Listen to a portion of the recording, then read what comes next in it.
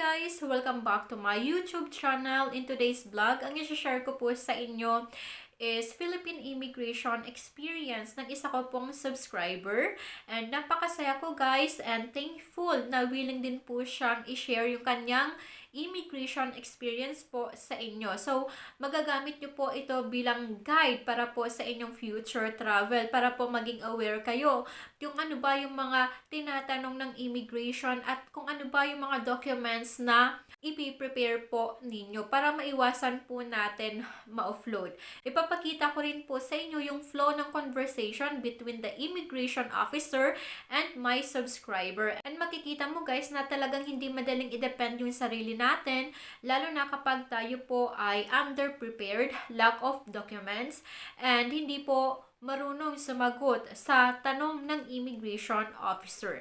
Luckily po, si subscriber guys, prepared po siya. So, every major and supporting documents na hinihingi sa kanya ng immigration officer guys na i-provide niya. Kasi sa nakikita ko guys, isang documents lang ang hindi niya ma-provide.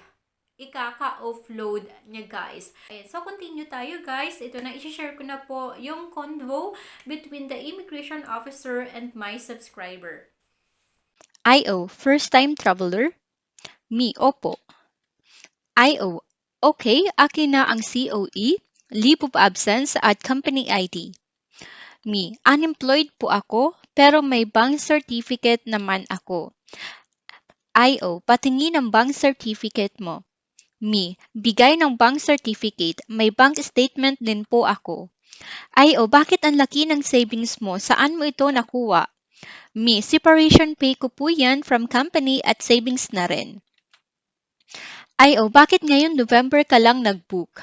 Me, hinintay ko pa po kasi parents ko bumalik from Manila. Hindi po agad ako nakapag-book dahil walang exact date kailan sila babalik at ako lang mag-isa sa bahay kasama ang mga alagang pusa, wala kasing magbabantay. Pero ang totoo, nagdahilan na lang ako kasi iba naman talaga ang reason ko. IO, bakit saan ka ba galing ngayon? Me, sa Laguna po, taga doon po talaga ako. IO, may online banking ka, patingin? Me, ito po, bigay ng cellphone. IO, bakit dalawa ang bank account mo? Yung isa walang laman. Me, payroll account ko po yan sa work ko. Dati nalis ko na po ang laman kasi wala na naman pong napasok na pera dyan. IO, kailan ka ba nag-resign? Me, July 5, 2004 po. IO, bakit ngayon ka lang aalis? Me, nagpahinga pa po kasi ako. IO, may itinerary ka ng pupuntahan mo? Me, meron po, inabot ko. IO, may clue ka na binook na attractions? Meron po, inabot ko pero tig 458 pesos lang ang entrance fee. Sa Garden by the Bay na outdoor audio tour lang kinuha ko. IO, parang may mali sa clock na binook mo. Me? Po? IO, bakit hindi Universal Studios ang binook mo? Me, takot po kasi ako mag-rides, pero hindi po talaga. IO, tingin ang hotel booking mo. Me, ito po ma'am, inabot ko printed paper, medyo worried kasi baka po mabasa name ng boyfriend ko doon sa guest. IO, may kakilala ka ba doon? Me, opo, yung boyfriend ko. Gaano na kayo katagal? Me, 1 year and 2 months po. IO, nagkita na ba kayo at nagpunta na siya dito sa Pinas ilang beses na? Me, opo, nagkita na nung last year, September 6, 2023. First meet po namin yun, pero second time niya na sa Pinas. IO, may mga pictures kayo with family? Me, opo, meron, pero hindi na niya tiningnan. IO, alam ba niya na pupunta ka? Me, opo, pinakita ko invitation letter ni BF at mga other documents niya. IO, tinatakan ang boarding pass muna, then hinawakan ng camera at tinuro sa akin, tapos di na siya nagsalita, then tatak na rin sa passport. IO, okay dito ka dumaan. Me, thank you po ma'am. Promise, babalik ako ng Pinas. Actually, kulang na lang lahat po ata na documents na dala ko hiningi ni immigration officer. She is a Muslim girl po, mabait naman, medyo nagtaas lang ng boses niya nung nalaman niya na unemployed ako. But since nabigay ko naman po lahat ng hinahanap niya, kaya nakalis pa rin po ako. Hindi po ako gaano kinabahan sa immigration kasi inisip ko na lang na job interview yon.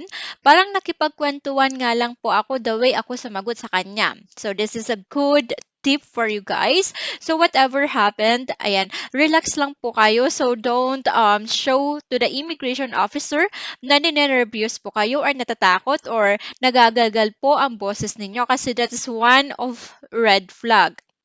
Then habang naglalakad na ako papunta sa security check, may isang IO na babae ang tumawag sa akin.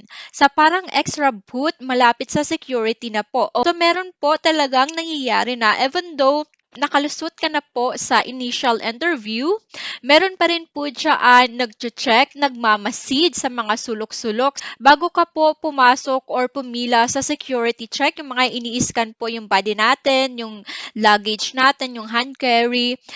Guys, meron ka pang mga makikitang immigration officer na secretly nagmamanman, nagmamasid ng mga kilos ng mga traveler. Itong nagmamasid is nakitaan ka pa rin ng medyo nakukulangan siya. Tatawagin ka gaya na nangyari dito sa isa ko pong subscriber. Tinanong niya ako kung dumaan daw ba ako sa second inspection. Sabi ko hindi na po kasi tinataka na nung isang IO. Then same scenario, nagtanong din siya at tiningnan lahat ng hawak kong documents. Since hindi ko pa nabalik sa bag ko after ibalik ni Muslim immigration officer yung documents ko. Actually guys, nangyari din to sa akin during pandemic na after I passed the initial interview, meron din sa akin nagtanong na, Miss, dumaan ka doon sa extra room. Ang tinuro niya guys is yung mga nagsa-second inspection ng mga immigration officer. Sabi ko, hindi na po. The same scenario, hinanapan din ako ng mga documents and proof of relationship kasi sabi ko, sponsored ako by my boyfriend. Pero this time, mas mabait si ate girl, immigration, pero doon pa rin ako sa my line lang nakatayo. Di na niya ako pinapasok. Kung maano nyo po, ma-observe nyo guys, may mga immigration officer po na nakatayo lang sila. Sila po is yung mga pasikretong nagmamasid ng mga traveler. Tapos tatawagin ka, halika dito, tatanungin ka, sasabihin sa'yo, pwede ko pa ulit i-check ang documents mo, mag-interview sa'yo, magtatanong ulit, ganyan. And ayan, chinek niya lahat kung sino ang nag-book at kung may conversation daw ba kami ni BF na pagpunta ko sa SG. Sabi ko, yes po. Then pinakita ko at pati mga pictures together and with my family na rin po. So kita nyo guys, sa initial interview, hindi tiningnan ni immigration officer yung family pictures. But dito po sa pangalawang immigration officer na tumawag sa kanya, pinakita niya. Sabi pala niya, kung may ginasto si BF ng kahit ano sa travel ko, sabi ko po, wala po. Akin lahat ng account na yan. Yes, very good po ito. Kasi pag sinabi mong self-funded, ikaw dapat lahat yun. Walang halong ibang tao. Pero si BF po talaga nagbigay ng pera. Ayan, so mas maigi to guys, na instead na si BF, ipadala na lang sa iyo ang pera at ikaw ang mag-book. Dito, name mo lang ang lalabas doon sa receipt. Then sabi po ni immigration na isa, yung una, pang-IO na dumating para ayain siya. First time traveler siya sa SG. May BF, nagkita na sila. Ganito dapat. Handa lahat dapat. So, kita nyo to guys, yung subscriber ko na to. As in, prepared na prepared po talaga siya. Hinanap sa kanya lahat guys. So, kanyang bank certificate, online banking, hinanap sa kanya. Nagtanong kung employed siya. Hinanapan siya ng work certificate, leave of absence, and company ID. Chinek din yung kanyang hotel booking. Nag-check din or nagtanong kung may tour ba siya o na mga ticket na in-avail.